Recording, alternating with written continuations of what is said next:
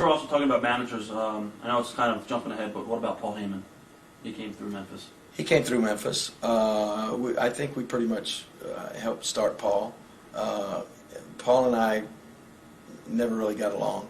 I broke Paul's jaw one time in Blytheville, Arkansas, and I don't think I did it intentionally. I may have. He certainly thinks I did, and we just you know, when you're in a pressure situation, when I was booking, you know, you come up with these what you think are great ideas, and you think every idea that you have is going to draw a sellout, and of course it all depends on how the performers, how the wrestlers play their parts as to how successful these ideas are.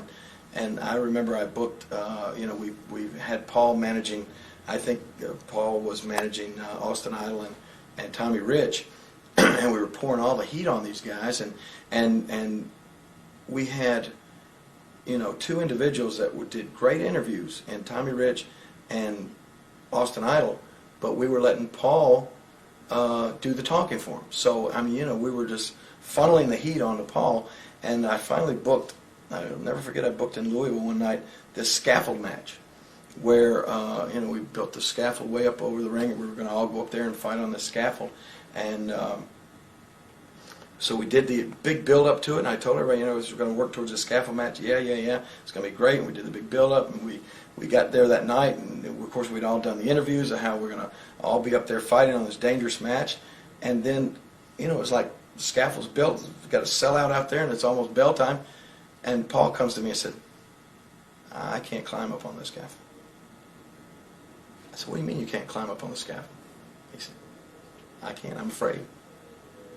And I thought, you know, I thought he was ribbing me, and then I found out later, you know, we go out there and he wasn't ribbing. He wouldn't climb up on the scaffold, and it was like it killed the whole match. And I think I got so mad at Paul that I more or less probably always held that against him. It was like I almost, you know, I didn't really have any use for him after that. But he stayed around a little while longer. Then he went on, and of course, the rest is history. Did the ECW thing, and you know, I think he's a really good promoter, really smart